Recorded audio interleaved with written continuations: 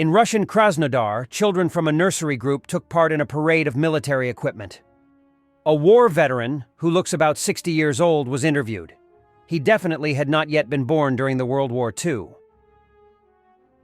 In the rugged terrain near Pokrovsk, in Ukraine's embattled Donetsk region, a dramatic clash unfolded that speaks volumes about the resilience and ingenuity of Ukraine's defenders.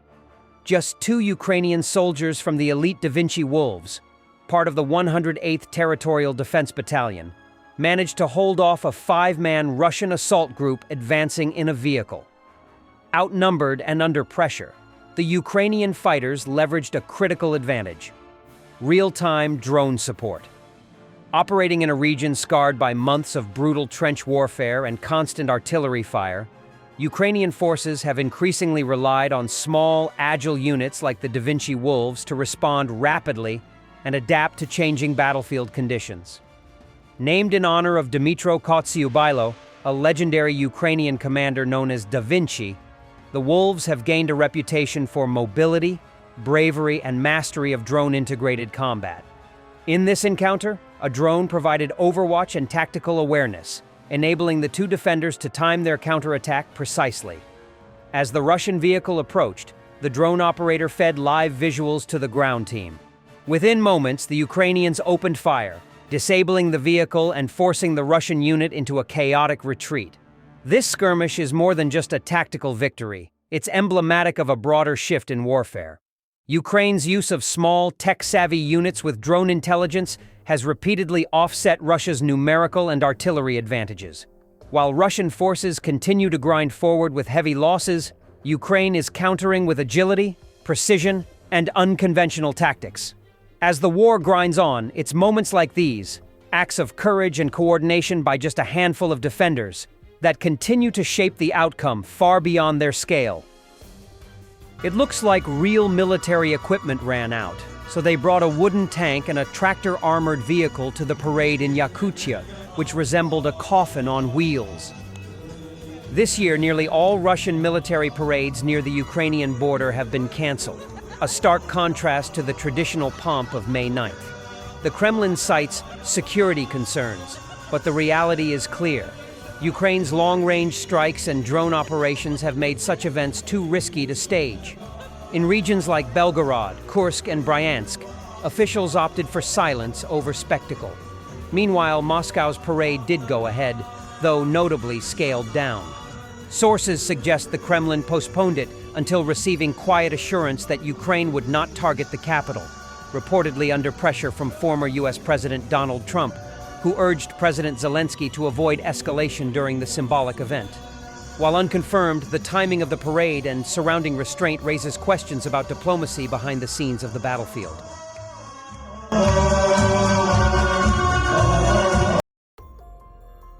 Ukraine's 3rd Assault Brigade continues clearing operations in the Kharkiv region. A Russian BMP-3 SPG, 2 artillery systems, 2 trucks, and a supply vehicle were destroyed. Russian infantry units in the area were also neutralized. The 3rd Assault Brigade of the Ukrainian Armed Forces has become one of the most battle-hardened and high-profile units in the war.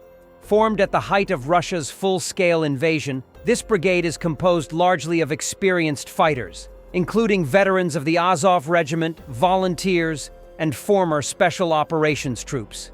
Known for its aggressive tactics and high morale, the 3rd Assault Brigade has played a critical role in some of the war's fiercest battles, including the defense of Bakhmut and recent offensive operations in the Donetsk region. What sets the 3rd Assault Brigade apart is its speed, discipline, and adaptability.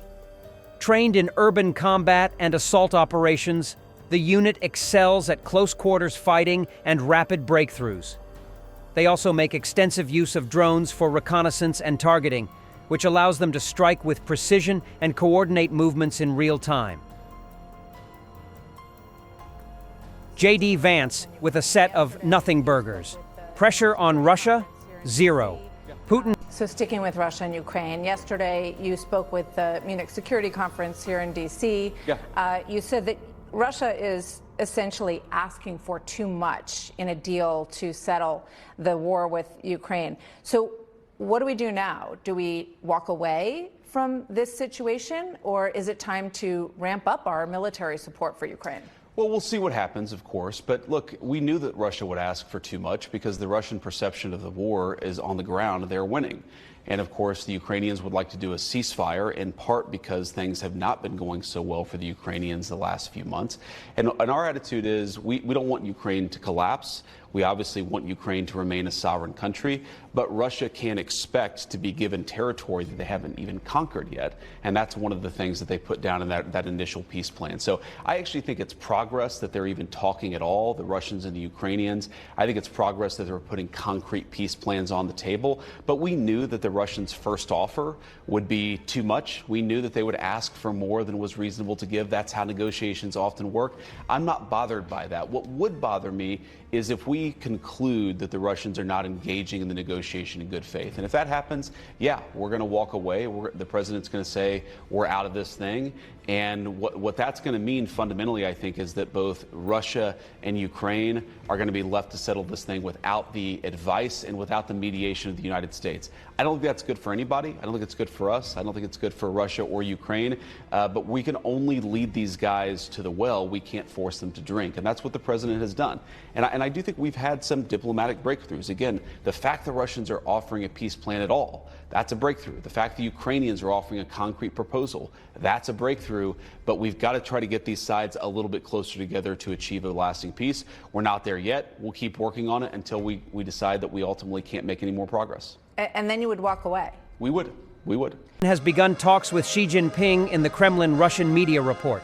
The Chinese president will stay in Russia for several days and is expected to attend the May 9th Victory Parade.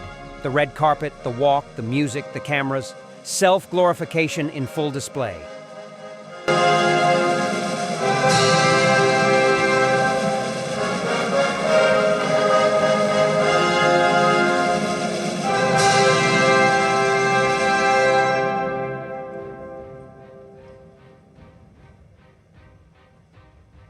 In Yakudia, the largest jewelry-grade diamond in Russia's history has been found, weighing 468.3 carats. Meanwhile, life in Yakudia looks like this. No proper roads in sight, mud and water almost everywhere, even inside building entrances. The buildings themselves look like they're barely holding on, as if living out their final days. 17-1, по-моему, вот это у нас. 17-1. Вот на квартале здесь мы.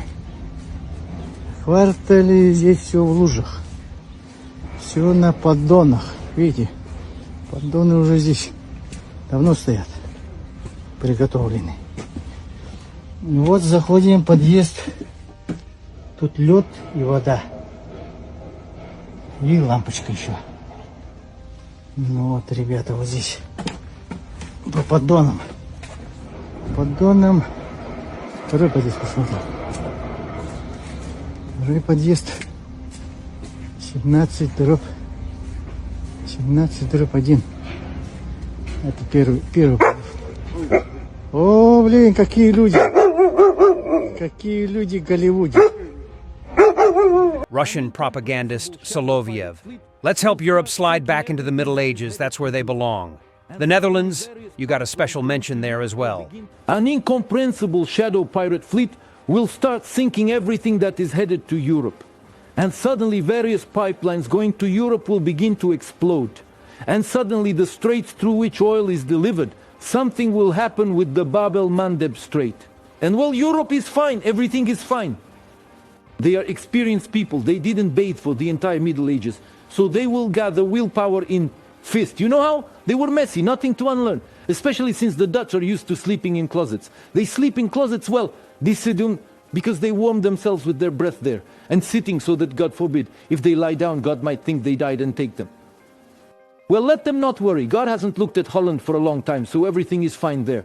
So let's help Europe slide back into the Middle Ages. That's where they belong. Thanks for watching, and don't forget to subscribe. Also, if you want to support Warthog Defense, please become our member and get early access to new videos, exclusive members-only videos, and become administrator in comment section. The membership link is in the description. Rescues every day. We had a guy last week at 6 rescues in 6 days. You know, he's doing the job every day.